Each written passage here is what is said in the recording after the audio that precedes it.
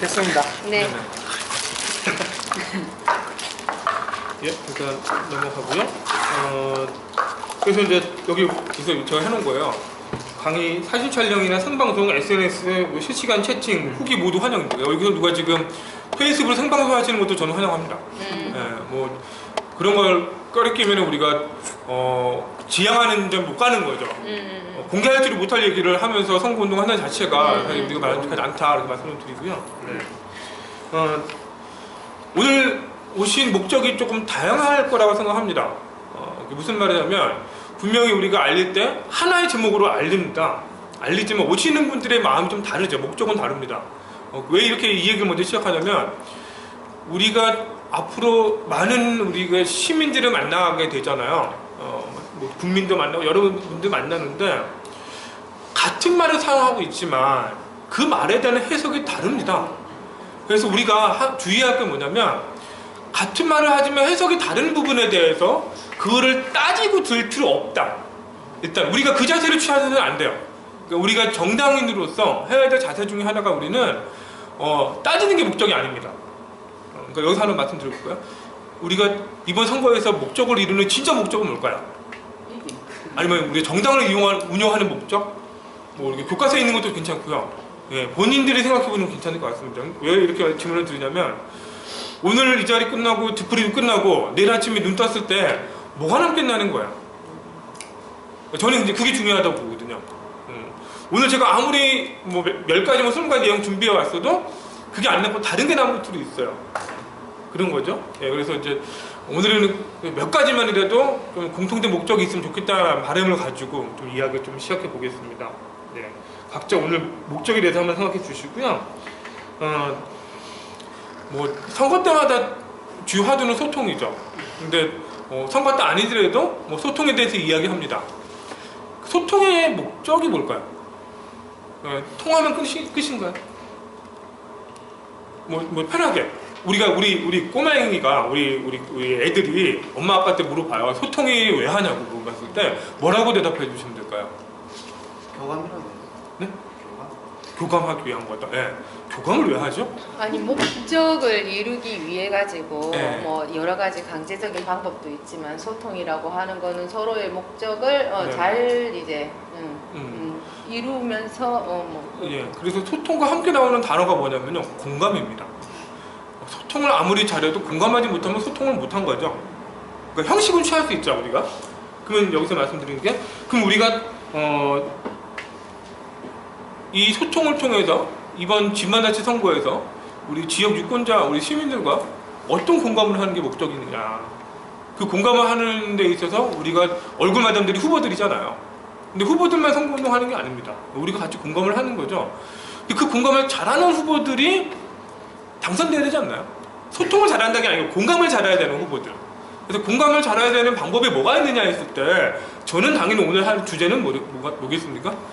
디지털을 가지고 소통하고 디지털로 공감하자는 거야. 물론 더 좋은 방법이 있으면 하면 됩니다. 근데 선거라는 이 짧은 시간 안에 효과적으로 소통하고 효과적으로 공감할 수 있는 방법이 뭐겠느냐 했을 때 저는 디지털인 거예요. 근데 다른 방법도 괜찮습니다. 예, 그런데 그거는 우리가 판단해 보자는 거죠. 그리고 이거를 누가 잘해야 됩니까? 우리도 잘해야 되지만 제일 잘해야 되는 사람들은 후보들인데 후보들이 모두 이 역량이 뛰어나시진 않아요. 예, 이게 또 현실이거든요. 당연히 이번 지방자치 선거의 목표는요, 당선이죠. 당선입니다. 그래서 당선의 목적에 가기 위한 방법들이 좀 많이 있을 건데요. 제 소개를 먼저 해야 되는 승무사가 갖고 있는 건데, 예. 저는 뭐 얘기 들어보면 아시겠지만 교육 이야기를 좀 많이 하는 이유가 이렇게 엄마 아빠만 사교육하면 된다는 책을 제가 쓴 겁니다.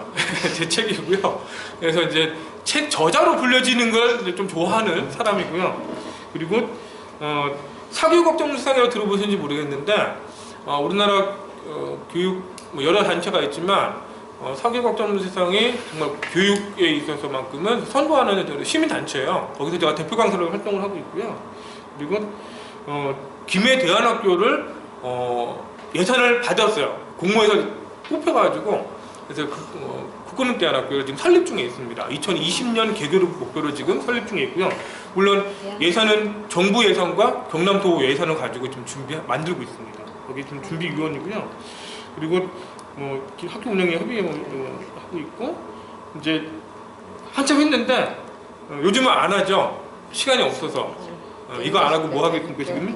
이제 격리시 하고 있죠. 그래서 그리고 주민참여 예산제라고 들어보셨나요? 여기 계신 분들이 이제 이 내용을 모르고 지방에서 선거를 끝낸다? 그러면 안 돼요. 이렇게 말씀을 드려볼게요. 우리가 세금을 내잖아요. 내가 낸 세금을 공식적으로 내가 다 짠다고 하면은 내가 얼마 정도의 세금을 내가 짤 수 있는지 아세요? 그러니까 우리가 참가를 해가지고 예산을 우리가 세금을 내잖아요. 근데 우리만 내는 게 아니고 다 내잖아요. 그럼 세금을 가지고 운영을 합니다. 그럼 내가 실제 짤 수 있는 세금이 n분의 1을 한다면 얼마 정도 내가 예산을 짤 수 있을까요? 다시 그러니까 그냥 우리나라 n분의 1. 아니 그러니까 정부 예산 총량 그렇죠. 정부 예산, 지방자치단체 예산, 모두 예산, 우리나라 예산을 짤 수 있는 예산을 모두 모아놓고 n분의 1하면 얼마 정도 나올 거예요? 뭐 저희가 다 알기로는 얼마 낸다라고는 알고 있지 어떻게 그까지는 잘 모르겠죠. 그러니까 아무도 이거 해본 사람 없는 거죠? 그러니까 해보시고 좀 저희도 알려주세요. 근데 이렇게 질문 드려볼게요. 예산을 짤 수 있는 권한이 누구한테 있습니까? 원래는 의원들한테 권한은 어차피 예산을 짤 수 있는 권한이 누구한테 있습니까? 행정에서 있는 거지. 행정에서 네? 하죠. 법으로 딱 정해져 있어요. 나라의 예산, 시도의 예산, 이 예산은 누가 짠다, 누가 딸 수 있다라고 되어 있습니다. 정부나 지방자치나 단체. 우리가 투표하는 사람으로 칠게요. 그럼 딱 몇 명이 정해진다면 3명입니다. 3명이 짜요. 여기서 우리 연관에 있는 세금을 예산을 짜는 사람이 3명이거든요. 첫 번째 누구냐면 문재인 대통령님입니다. 문재인 대통령님이 투표로 당선된 대통령이 됐잖아요. 그 말은 뭐냐면 문재인 대통령님한테만 나라의 예산을 짤 수 있는 권한이 있습니다. 그 다음에 또 누가 있겠죠? 두 번째는 지금 권한대행이지만 홍준표한테 있었죠. 도지사. 그러니까 도지사가 뽑혀서 도지사 때 4명이네요. 또 한 명 있습니다. 시장. 교육감입니다. 교육예산은 교육감이 짰어요. 박정 교육감이 교육예산을 짤 수 있는 권한이 있습니다. 마지막으로 여기 사천, 남해, 하동 각각 지방자치단체장이 짤 수 있는 권한이 있습니다. 근데 본인들이 짜나요? 못 짜죠. 그 많은 걸 어떻게 짭니까? 그러니까 누구한테 맡기죠? 공무원한테 맡깁니다. 공무원이 국장, 과장, 계장이 있습니다. 누가 짤까요? 국장, 과장, 계장이 어떤 개념인지 잘 모르시죠? 느낌이. 계장 제일 밑에 국장이 누구냐면 우리 청문회하는 장관들이거든요. 그러니까 우리 저쪽은 장관들이고 우리 동네는 국장들이에요. 네. 국장들이 근데 짜느냐? 안 짜요. 과장들이 짜요. 실제는 계장들은요 그냥 발이에요. 손발이에요. 그냥 돌아다니고 그냥 민원들 만나서 욕 들어먹고 하지만 권한도 없고. 그러니까 민원들은 찾아가서 계장들한테 막 하소연하거든요. 계장들이 뭐냐면 항상 하는 말이 저는 그런 권한이 없고요. 하여튼 얘기 들어보겠습니다. 노력은 하겠습니다요. 누가 노력해야 되냐? 과장들이 노력해야 돼요. 근데 과장들이 노력해서 그 안에 아이디어를 만들어서 누구한테 올려요? 국장한테 올려요. 국장이 대충 보고 괜찮은 건 누구한테 올려요? 시장, 이제 도지사, 대통령한테 올려서 결제받으면 집행이 되는 거예요. 그럼 다시 한번 예산 짤 수 있는 사람이 이러던데 그럼 의원들은 뭐예요? 예산 짤 수 있는 권한이 있어요? 없어요? 없어요. 네. 단 국회의원들은요. 그런데 예산을 짜서 금액을 짤 수 있는 권한이 좀 있어요. 국회의원 그 예계산에서 보면은 그거 가지고 막 짜집기 하고 이거 밀고 저기고 할 수 있어요. 그런데 국회의원 말고 기초단체 의원들과 광역단체 의원들은 그 권한도 없어요. 도지사가 내년 예산을 올리잖아요. 그럼 그걸 삭감을 할 수는 있는데 짤 수는 없어요. 그럼 없애긴 없애는 거지만 추가할 수도 없고 금액을 조정할 수도 없어요. 그럼 삭감해서 돌려보내잖아요. 대통령은 돌려보내는 것도 안 돼요. 대통령은 짜진 거 가지고 다시 해서 보고해서 또 통과시켜주면 되는 거, 안 되면 또 다시 짜야 돼요. 근데 시 돈은요 한번 삭감하고 올려주잖아요. 그럼 또 도지사나 시장이 고집해서 또 내밀잖아요. 그럼 삭감하고 통과하는 거지 또 조정 못해요. 계속 실갱이 할 수 있어요. 그러니까 대통령보다 이 도지사와 시장들이 권한이 더 강한 거예요, 사실은. 왜냐면 국장들 청문회도 안 해요. 네. 단 뭐가 있냐면 그런데 지역의 예산에 있어서 20% 권한만 있어요. 80% 권한은 정부에 있거든요.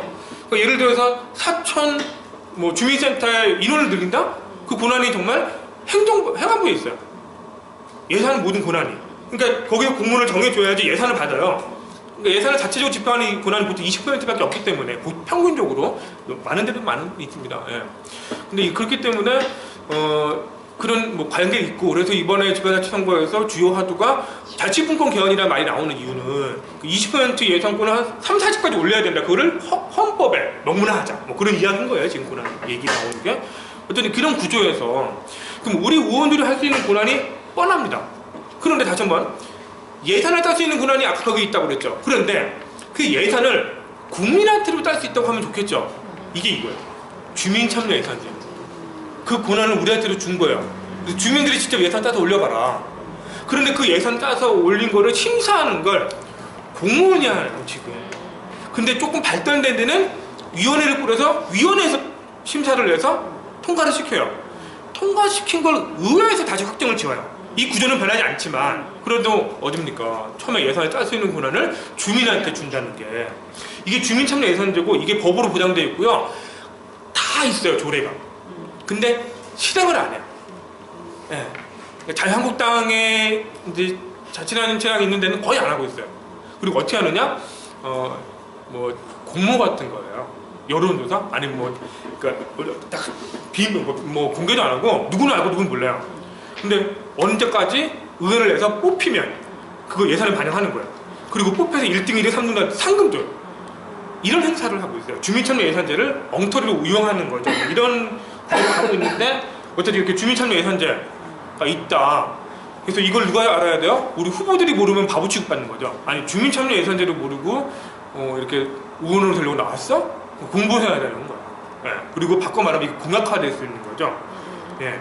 그래서 내가 당선되면 주민참여 예산제를 정말 잘 만들어서 우리 여기 계신 분들이 내가 내 예산 따는 거예요. 우리 집 앞에 삭막해요. 그래서 도로, 가로등 여러 가지 뭐 아니면 뭐 센터 같은 데 짓고 그 모든 예산을 내가 제안할 수 있어요. 뽑히면 집행되는 거예요. 예. 뽑히면 집행되는 거다. 근데 우리가 그러잖아요. 학교 앞에 뭐 도로가 망가져 있다, 뭐 가로수가 엉망이다 그러면은 뭐 의원한테 연락하든가 뭐 국무원한테 연락해서 바꾸잖아요. 근데 애초부터 내년 예산을 내가 짜버릴 수 있다니까요. 그런 게 있다. 뭐 그렇게 좀 말씀을 드리고요. 네. 그리고 이제 경민 씨 진행하고 있죠. 넘어가겠습니다. 네. 경민 씨 안 들어보신 분 없는 거죠? 네, 넘어갈게요. 예. 아까 말씀드린 것처럼 이제 오늘 본 얘기인데 이 말에 동감을 하시나요? 그러니까 2028 지방선거는 SNS를 기반으로 하는 디지털 선거다. 예전에는 아니었는데 이번엔 진짜 디지털 선거다. 대통령 선거 때 디지털 선거였습니까? 대통령 선거 때. 그 앞에 국회의원 총선 때 디지털 선거였습니까? 근데 이번엔 디지털 선거라고 말한다면 그 근거가 뭐죠? 그래서 그 유권자들의 국민이라든지 국민들의 대다수가 뭐 가지고 있는 이런 거 답을 이런 거 대통령 선거 때 안 했나요? 총선 때 안 했나요? SNS 이렇게 뭐 이쪽으로 해가지고 뭐 사람들한테 막 뿌리고 뭐 전파시키고 하는 게 그 자체가 뭐 그게 디지털 그런 게 있는 거 아닌가 싶은데요. 지난 총선 때 국회의원이 되신 분들의 공통점을 좀 찾으면요. 특히 더불어민주당 후보 당선자들보다 공통점을 찾으면 뭐가 있냐면요. 선거운동 과정을 페이스북으로 생방송을 했어요. 그런 분들이 당선이 많이 됐다고 합니다. 우연의 일치일 수도 있고 그냥 그럴 수 있어요. 그런데 어쨌든 그랬고요. 지난번 문재인 대통령님 대통령 선거할 때는 근데 그 생방송하는 채널이 2개였다는 겁니다. 페이스북 말고 유튜브도 하나 포함이 되어 있어요. 예. 그래서 이제 근데 이 정도예요. 대통령 선거 때 경상남도 선거 캠프에 SNS 팀장이 누구였냐 저였어요. 예. 제가 직책은 부팀장이었지만 실제 팀장 역할을 했고 그래서 당시 경남도당 이름으로 나간 웹포스트 모두 재선을 거친 거예요. 이제 옆에 한 분이 더 계셨고 보좌관이 그 보좌관은 민홍철 의원님 보좌관이었는데 서울에서 내려와서 저하고 웹포스트만 만든 거예요. 웹포스트 뿌리고 그렇게 하고 그런데 그 웹포스트가 조직적으로 뿌려졌다? 저는 그렇게 생각하지 않습니다. 한계를 많이 느꼈기 때문에 그리고 디지털 선거의 어떤 이미지가 좀 약했어요. 그래도 뭐 선거 즐거웠고 어쨌든 결과 좋았고 뭐 그러니까 뭐 그렇지만 이번 2028 지방자치 선거는 그래서 저는 욕심이 다른 지역은 모르겠습니다. 경상남도만큼은 우리 경상남도만큼은 디지털 선거로 갔으면 좋겠다. 그렇게 하고 지금 활동을 하고 있는 거고요. 그래서 이제 여기 계신 분들이 오늘 제 이야기에 공감하시고 움직여주시면 사천남의 하동만이라도 디지털 선거 되는 거고, 여기 계신 분들이 제가 오늘 한 이야기에 공감을 해도 실천이 안 되면 안 되는 거죠, 그냥. 예, 그렇다는 거 말씀을 드리고 시작해 볼게요. 네. 예, 뭘 믿을 수 있냐면요. 예, 언론, SNS. 예, 언론에서 지금 나오는 정보 같은 거 믿을 수 있으십니까? 못 믿죠. 믿을 수 있는 정보는 누구한테 있습니까, 그러면은? 어떤 정보는 믿죠? 검증을 해야죠, 나름. 그렇죠. 나름은 우리 한번 걸러내는 작업들을 보통 하죠. 그러니까 설마 이랬을까 싶은 게 좀 있는 거잖아요, 지금. 그런데 선거 때는요, 제가 예상하기로는 진짜 뉴스보다 가짜 뉴스가 많을 것 같아요. 선거 때는. 예. 그런데 분명한 건 또 하나 뭐가 있냐면요, 허위사실 유포죄는 아주 큰 벌입니다. 그런데 허위사실이 아닌데 가짜 뉴스가 나올 수 있어요, 없어요? 있어요. 있어요? 예. 그렇지 않나요? 허위사실이 아닌데 가짜 뉴스가 왜 가능하냐면 1년 전, 2년 전에 뉴스를 퍼뜨리는 거는 가짜 뉴스입니까? 진짜 뉴스입니까? 진짜 뉴스입니다. 왜? 1년 전, 2년 전 이야기니까. 근데 현실감이 아니죠. 네. 근데 그거를 계속 퍼뜨리면은 사람들은 오해해야 하나요? 합니다. 네. 이게 SNS예요.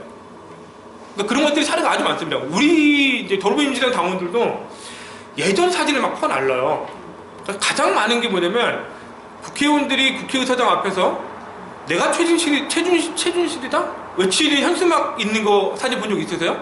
이거 진짜 있습니까? 가짜 있습니까? 제가 현재까지 파악하기는 진짜 있을 것 같지가 않아요. 이거 온보는 못 찾았어요, 아직까지 제가.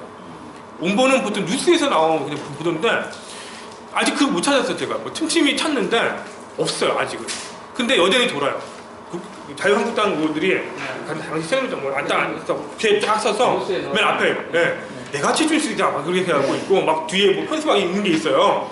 그럼 자유한국당 다 죽일 놈들인데 온본이 없는 거야, 이게. 우리에서 만들어서 날릴 수 있는 거잖아요. 근데 이게 진짜라고 누가 얘기해버리면 허위사실 유포죄가 돼요. 퍼나르는 건 상관없어요. 그런 것들입니다. 근데 그 싸움을 우리가 이겨내야 돼요. 참고로 사천남의 하동에서 지방자치 선거에서 가장 최근에 분위기가 제일 좋았던 때는 언제죠? 가장 분위기 좋았던 선거 분위기 좋았어. 한 번도 없습니까? 그래도 좋았던 거. 이겨낸다는 그 아니, 의미 자체가 우리는 그거 민주통합당 그거에 지방자치 선거 아니래도 뭐 가장 분위기가 그래도 좋았다. 통진당의 그 강기갑 의원 그때가 최고 좋았죠. 그때가 몇 년도죠? 12년 전인가. 강기갑 의원님이 국회의원 될 때가 네. 언제입니까? 한 10년 전인 것 같아요. 10년 전인 것 같아요. 이명박 2008년? 2008년? 2008년이었어요? 10년 됐네 그러면. 그때 김수영 시장 때였습니다. 2008년이죠, 국회의원 선거. 12년 네. 됐으니까 2008년, 네. 2008년도에 관계가 2004년도에 2008년. 그럼 14년 된 겁니까? 노무현 대통령 탄핵되고 난 다음에 선거는 어땠습니까, 분위기가? 안 좋아져. 아유 그때도 강기갑씨가 유일하게. 그러니까 이제 뭐 제가 왜 이렇게 여쭤보냐면 이제 그 당시에 민심이 지금 얼마큼 바뀌었을지는 모르겠지만 분명한 거는 우리가 바른 정보를 유통시켜야 된다는 거를 좀 말씀드리고 싶고요. 그러니까 넘어가서 네. 그러니까, 다른 정보는 하동은 문재인 대통령 그 대통령 선거 때 몇 프로 문재인 대통령 얻으셨어요? 35%. 뭐 35%는 얻었다고요? 사천이 32%는 제일 높아요. 남해는 몇 프로 얻었어요? 그 창이 분위기 좋은데 그 창보다 근데 이제 지금 하나 말씀드릴게요. 역대 선거보다 이번 선거가 그래도 좋은 점을 하나 말씀을 드리자면 이번 선거가 왜 좀 유리하냐면 선거운동원이 많다는 사실이거든요.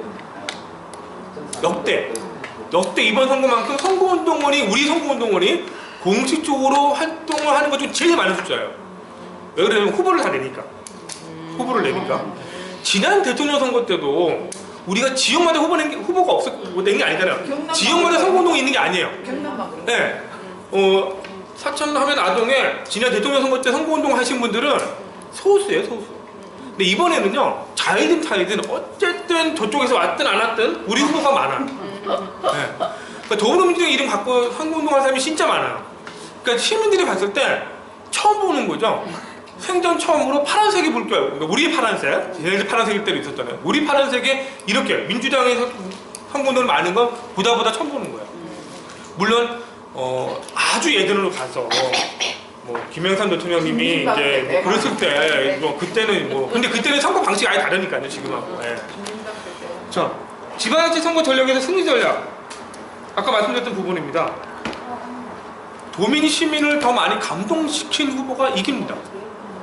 근데 우리 요즘 영화도 좋은 거 많고 뭐 연극도 그렇고 뭐 책도 그렇고 영상도 우리가 가끔 보면 감동적이고, 오늘 그 아리랑 보셨어요?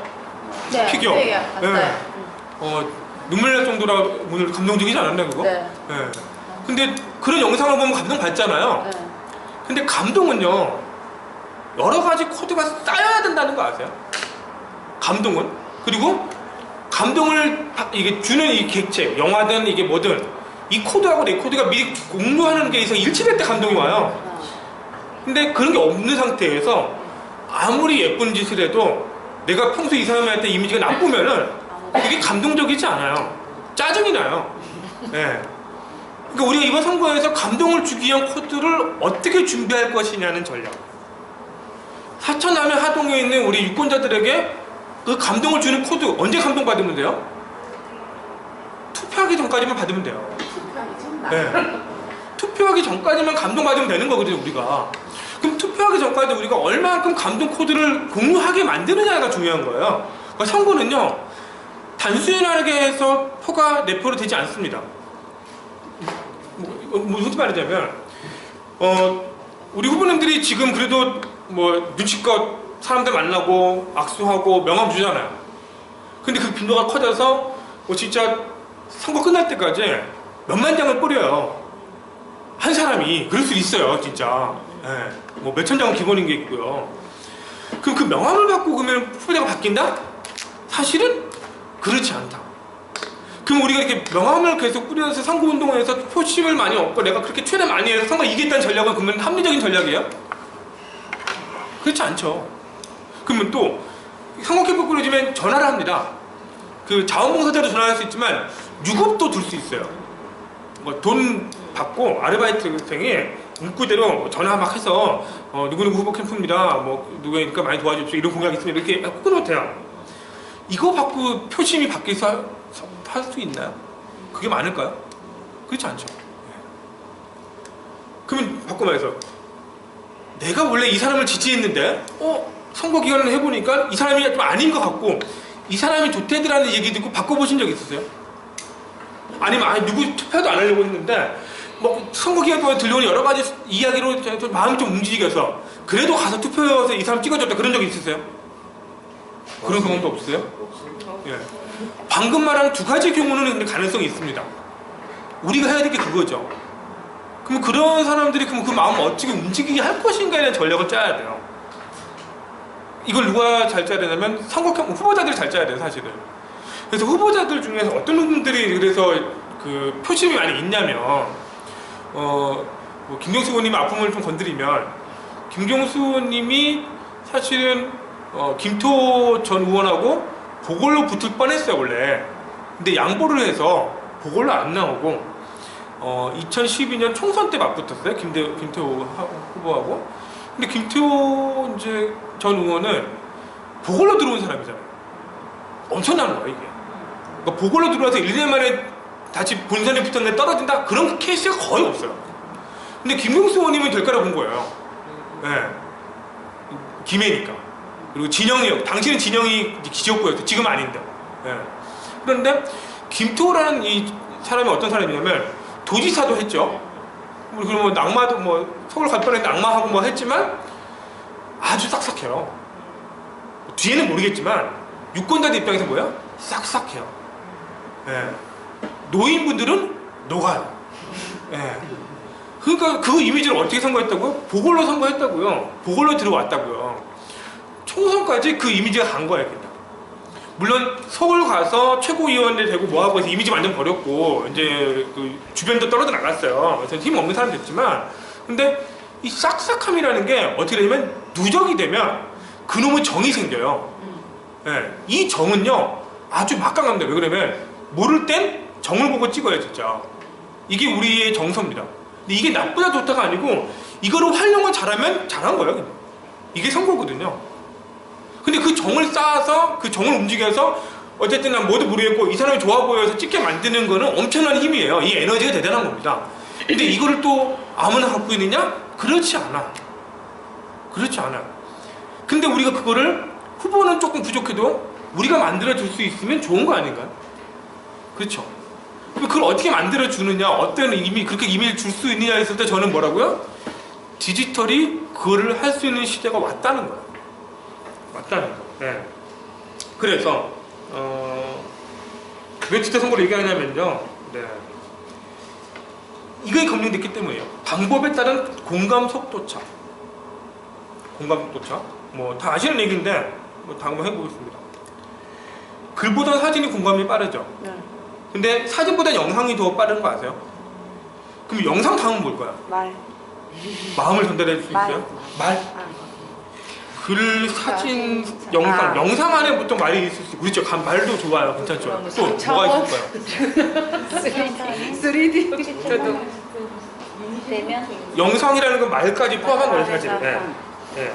그러니까 후보자가 직접 와서 눈빛 찾아가는 사람 할 수 있는 거죠. 직접 찾아간다. 눈빛 되면 네, 이런 거. 그러니까 어쨌든 각자 생각하기 시작하고 테스트 한번 해보자고 우리가. 근데 제가 왜 이렇게 적었냐면은 지금 선거에서는요 예전에는 사진 이미지가 강했어요. 그래서 웹 포스터를 그걸 예쁘게 만들고 선거 포스터도 좀 특이하게 막 찍고 막 그랬어요. 그런데 영상에서 진다는 게 뭐냐면 조금 진짜 그 유튜브 검색해보면 아시겠지만요 선거 때 나오는 영상 조회수가 낮아요. 예, 그래서 실제 효과는 별로 없는데요. 근데 왜 영상을 갖고 자꾸 얘기하냐면 톡톡 치는 영상 몇 가지가 이미지를 만들어요. 조회수는 작은데 뭐가 되는 것도 이미지를 만들어요.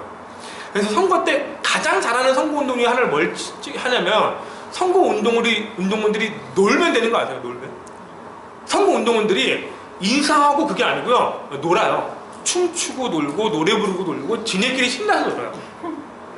이게 매우 중요해요.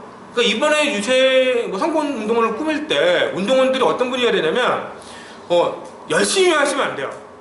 열심히 즐겁게 노시는 분들 중심으로 하고 뭐 춤 멈추시려고 하나요? 뭐 한두 가지만이라도 해서 그걸 반복해서 하면 좋아. 그래서 미리미리 선거운동 미리 뽑아 놓아야 돼요. 어떻게 하냐면 동네 아줌마들 그룹 서로 아는 사람들끼리 뭉쳐놔야 돼요. 모르는 사람들끼리 급조하면은요 판 깨져요. 판. 분위기 음식. 네. 막 이런 것들 매우 중요합니다. 이게 이미지, 그러니까 이미지를 어떻게 만드냐는 건데. 배수한테 하러 가야 돼. 네. 새벽자가.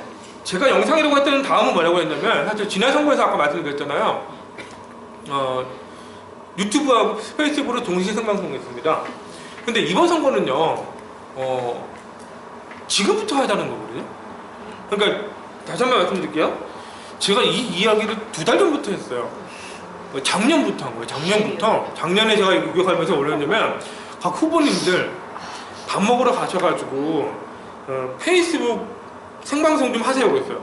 그러니까 밥 먹으러 가서 페이스북에 라이브 방송이 있는 거 알죠? 네. 페이스북으로 밥 먹으러 음식 나오면 찍어요 그냥 라이브로. 그래서 이제 멘트 넣는 거야. 여기 어느 식당 왔는데 너무 맛있다고 여기. 그리고 이 상태로 가서 사장님을 찾아가는 거예요.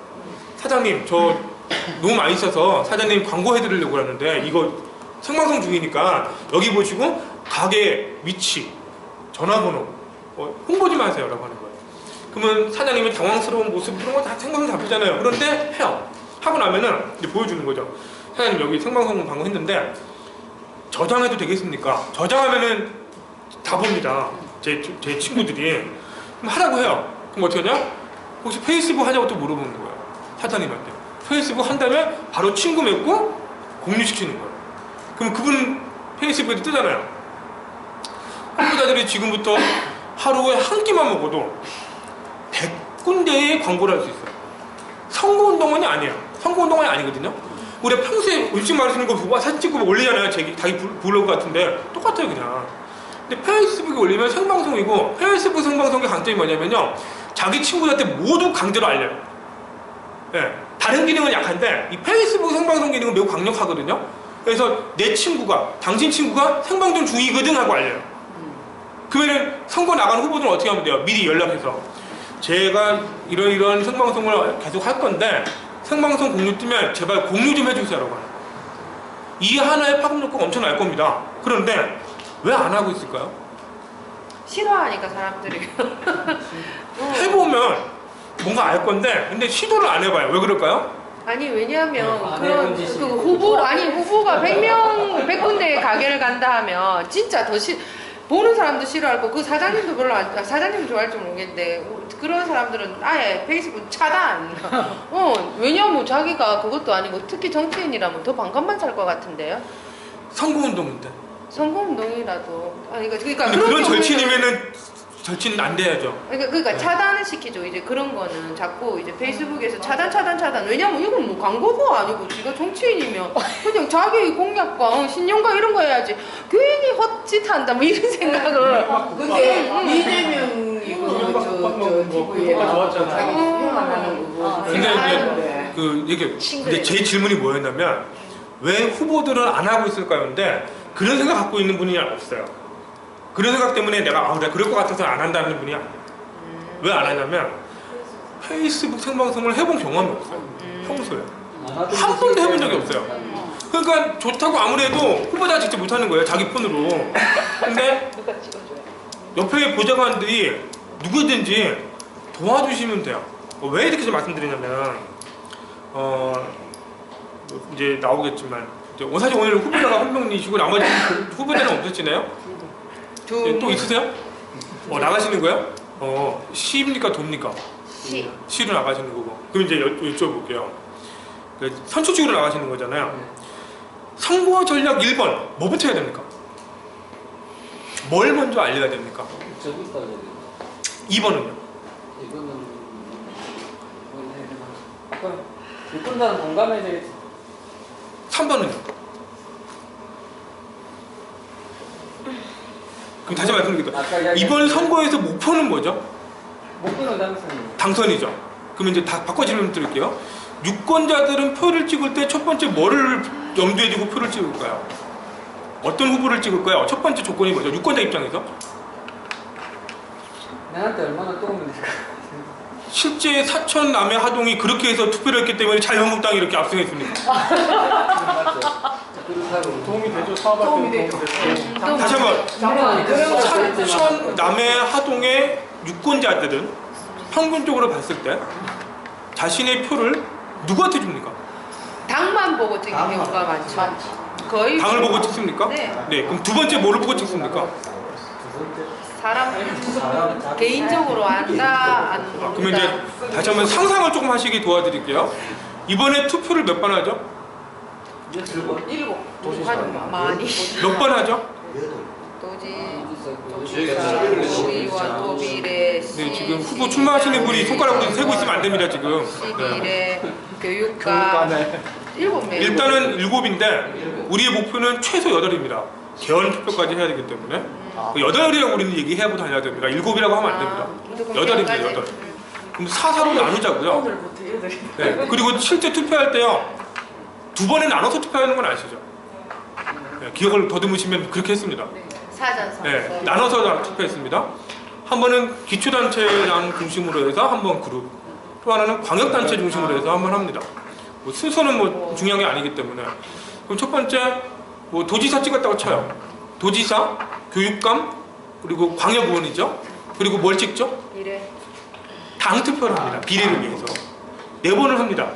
그럼 다시 한번 유권자가 그러면 첫 번째 당을 보고 찍습니다. 두 번째 뭘 보고 찍죠?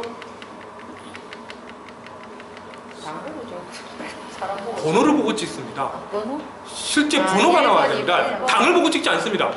번호를 보고 찍습니다. 미리 자기 당과 연관되어 있는 번호를 기억하고 들어가서 찍습니다. 그래서 다시 한 번 말씀드리면 도지사 그리고 도의원을 그 찍습니다.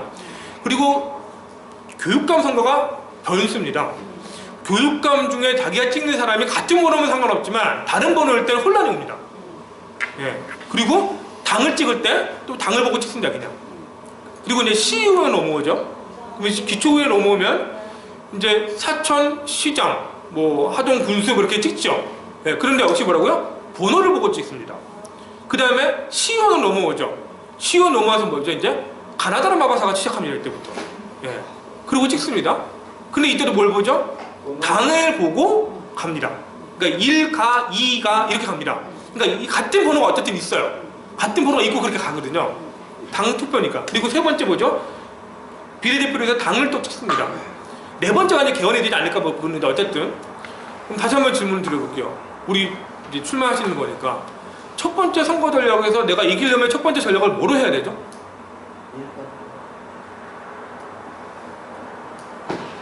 그래도 답이 없는데요.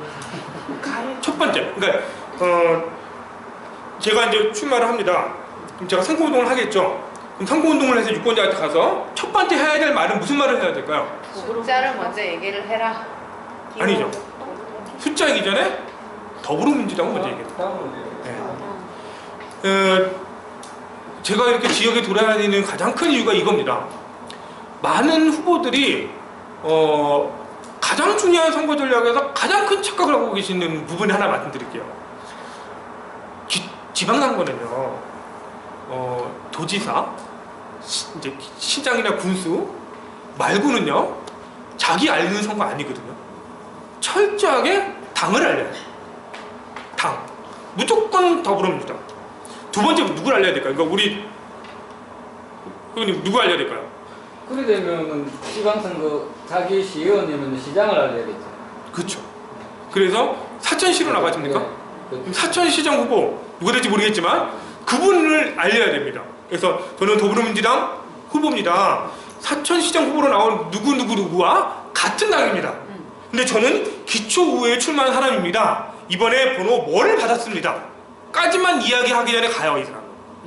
네, 이 얘기까지 안 들어요. 이 얘기까지 들어주는 사람은 정말 우리 사람이고요. 대부분 넘어가요. 근데 원래는 다시 한번 말씀드릴게요. 사천, 하동, 남해에 있는 우리 유권자들이요. 선거 기간 동안에 무슨 얘기를 제일 많이 들어야 돼요? 더불어민주당이 난리 났구나. 더불어민주당이 이렇게 선거운동한 적이 없는데 어디를 가든 더불어민주당 얘기하는 사람 너무 많더라. 후보가 아직 눈에 안 들어와요. 유권자들 입장에서 후보자들은 언제 눈에 들어오냐면요. 투표하러 가기 직전입니다. 아, 이거 현실이에요. 이거 부정하지 말자고. 이거를 그러니까 우리가 부정하기 시작하면은요, 선거는 엉망이 되고요. 그리고 팀워크가 깨져요. 그런데 그 맨 마지막에 투표하기 직전에 다시 한번 걸르잖아요. 그러니까 우리가 집에 홍보물이 와요. 안 봐요. 근데 언제 봐요? 투표하러 가기 전에. 그래도 골라야 되니까 봅니다. 그래서 내가 더불어민주당이니까 그래, 이 사람. 근데 시의원 중에 누구 찍지? 이 사람 많이 봤는데 이 사람을 찍습니다. 이름이 아니에요. 뭐라 그래? 이 사람 많이 봤는데. 도의원은 왜 상관이 없냐면 도의원은 단독 후보기 때문에 우리 당의 후보가 그냥 번호만 외우면 끝이에요. 그래서 선거 끝나면 제일 기억을 못하는 사람이 누구냐면 도의원 후보입니다. 시의원 후보는 그래도 얼굴에도 기억해요. 도의원 후보는 얼굴도 기억 못해요. 이게 선거입니다. 이게 지방자치 선거거든요. 물론 그렇게 안타깝고 좀 바꾸어야 되고 뭐 해야 되겠지만 어쩌겠습니까? 선거는 이겨야 되는 거고 이기는 데서 갖고 우리가 현실을 인정해야 되고 그럼 현실을 인정해서 우리가 전략적으로 해야 될 거 첫 번째 뭐라고요? 더불어민주당을 알리는 겁니다. 이게 참 어렵죠, 근데? 이게 생각보다 어렵습니다. 질문하면 안 되는데. 예. 아니, 하세요. 근데 후보자들도 그렇게 생각할까요? 후보자들은 그래 생각 안 하죠. 후보자가요? 네. 그렇게 생각 안 하셨기 때문에 하라고 제가 온 거예요. 그래서 제가 오늘 자리 말고 그러니까 제가 지금 이걸 듣고 있는데도 네네. 그렇게 하라 한다고 해서 안 할 것 같아요. 그렇게 말하면은 그렇게 안 했기 때문에 그랬습니다. 아니, 그렇지 않습니다. 그렇게 안 한 게 아니고 이런 이야기를 미리 듣고 선거운동을 한 적이 없습니다. 물어보냐면 아까 얘기해서 하동 아까 문재인 몇 프로 나왔는지 물어봤잖아요. 네. 사천도 마찬가지. 우리 지역은 어쨌거나 아직 민주당 당 만약에 투표를 한다면 한국당보다 민주당이 작게 놓은 지역이잖아요. 그렇게 다 인식하거든요. 근데 후보 입장에서 그러면은 그럼 땅을 보여준다면 이거 그러면은 안 되는 거죠. 이걸 커버를 할 수 있는 전략을 또 짜야 되니까. 그러니까 우리가 요 지수가 있는 거잖아. 그 좋은 지적이시고 그 제가 이야기는 말씀을 좀 아니고. 드릴게요. 네. 네. 좋은 지적입니다. 그런데 다시 한번 이렇게 말씀드릴게요. 투표를 몇 퍼센트 했죠? 뭐 67%? 예. 8%거든요. 이번 지방자치 선거는 몇 퍼센트 투표하죠? 저는 한 65% 정도 하지 않았어요. 그렇게 많이 한다고요? 말도 안 됩니다. 65%? 이렇게 말씀드릴게요. 예전판이었으면 2014년도나 2010년도였으면 투표율이 몇 퍼센트 나오냐면요. 한 50에서 55 나옵니다. 50. 왜 예전을 얘기했냐고요? 다시 한번 말씀드릴게요. 이번 선거는요. 더불어민주당 후보들이 그 역대 가장 많이 나와서 선거운동을 합니다. 언제부터요? 3월 2일부터. 아니면 지금도 사실 하고 있어요. 지금 나오죠. 네. 그러니까 무슨 말이냐면 이번에 투표율을요. 얼마큼 올리느냐? 선거운동 한 만큼 올라갑니다. 그럼 선거운동 한 만큼 올라가는 투표율 누굴 찍죠? 더불어민주당만 찍는 겁니다. 이거를 믿으셔야 돼요. 왜? 다시 말씀드릴게요. 예전대로 했으면 그냥 투표율 50에서 55인데 이번에 50에서 50을 넘었다. 그럼 왜 그런다고요? 이번에 더불어민주당이 같이 선거운동을 열심히 해본 거거든요. 알렸거든요. 내 주변에도 후보가 정말 많이 나왔거든요. 그러니까 무슨 생각이 들죠? 이번에 뭔가 좀 바뀔 것 같은데? 그래도 내가 저 사람 보고 투표를 해야 될 것 같은데? 이런 사람이 많아서요. 정말 많아서요.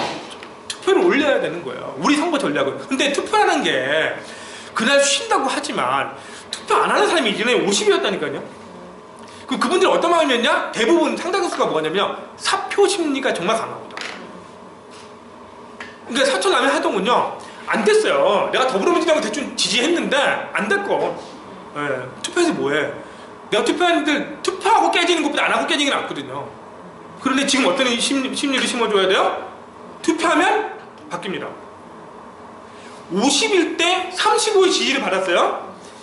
60% 투표를 하잖아요. 그럼 몇 퍼센트로 바뀌는지 아세요 이게? 45 정도로 바뀌어요. 왜? 10이 모두 내표가 되거든요. 최소 45가 돼요. 말이 안 되는 거죠? 근데 열심히 해서 뭐요? 대통령 선거 이후에 변한 민심. 그러니까 뭐냐면요. 경향이 바뀌고 있어요 지금. 바뀌는 민심을 알아요. 그러니까 예전에 자유한국도 찍었는데 그분들이 지금 들어오기도 했잖아요. 또 하나 여쭤볼게요. 투표라는 건 50% 넘으면서 이기는 겁니다. 1대1로 투표하면은. 그럼 우리 더불어민주당 지지가 35예요. 그럼 이기려면은 안 찍었던 사람들이 넘어와야 되잖아요. 그럼 자유한국당이든 뭐 다른 당이든 오면 좋잖아요. 그럼 오면 좋은데 그분들이 오는 분위기를 만들려면은 우리가 뭘 해야 돼요? 더 당을 알려야지. 어떤 자세를 취해야 되는 거죠?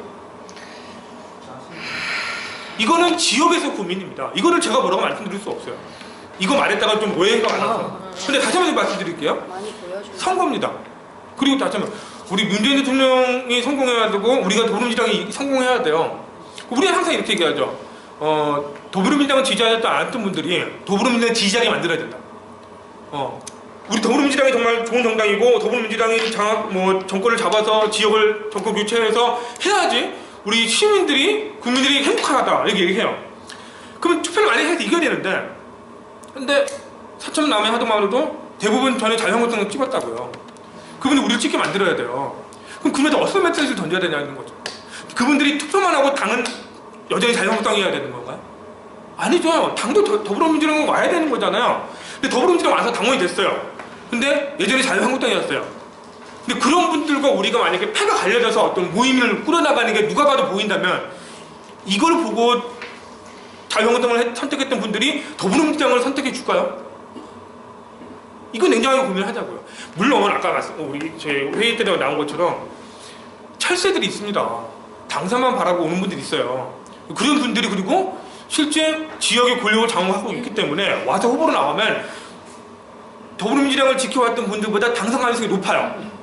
그렇거든요. 근데 이렇게 말씀드려볼게요. 우리는 그동안 왜 그 힘을 못 길렀냐는 거예요. 그리고 진짜 힘은 뭐냐는 거예요. 그리고 이 바뀌는 시대에서 우리가 어떤 힘을 새로운 힘으로 보여주고 거기에 공감을 얻고 감동을 줘서 내 표까지 만들 수 있는 전략을 세울 수 있느냐는 거예요. 그래서 저는 더불어민주당의 길을 걸어왔던 분, 더불어민주당이 아니더라도 이렇게 민주화의 어떤 생각 가지고 자유한국당과 배척되는 길을 걸어왔던 분들이 자기 능력을 키워서, 아니 이번에 키워서, 이번에 안 되면 다음이라도 하게끔 더 많은 분들이 후보로 나와야 되는 거거든요. 그리고 들어와서 선의 경쟁하는 거예요. 그러니까 입당을 못 막았으면 당원인 거예요. 근데 그 사람을 배척하고 하면 우리가 우리 싸움, 이 내부 싸움에서 좋을 거 하나도 없어요. 안타깝죠? 좀 기분 나쁜 거죠? 그러니까 그런데 선거는 이겨야 되는 거고 이겨서 해야 될 것들이 너무 많아요. 근데 그걸 지면은 정말 이긴 거와 진 거 차이가 엄청납니다. 또 4년 동안 또 우리가 그 고생을 할 수는 없어요. 시장을 뽑아놨는데 그 의회를요 절반을 우리가 못 건졌잖아요. 시장 엄청 힘들어요. 물론 그래도 권한이 강하기 때문에 밀어붙일 수는 있어요. 근데 여러 가지로 힘듭니다. 완벽하게 딱 맞춰주면은요 정말 하고 싶은 거 제대로 할 수 있어요. 그래서 다시 한번 말씀드리는 게 그런 부분입니다. 그래서 다시 한번 이번 선거운동 전략에서 사천남의 하동에서 우리가 해야 될 첫 번째 뭐라고요? 우리는 더불어민주당입니다. 더불어민주당이 사천남의 하동을 이번에 바꿉니다. 그 바꾸는 걸 보십시오. 한 번도 경험하지 못한 겁니다. 못했잖아. 우리는 못했는데 우리 사천남의 하동에 우리 유권자들이 경험했겠습니까? 못했죠. 이번 선거 때 보여줘야 돼요. 이 하나된 모습을. 말도 안 되는 거거든요. 아니 사천남의 하동에 어쨌든 니네가 이렇게 선거운동을 할 때가 되어 있어.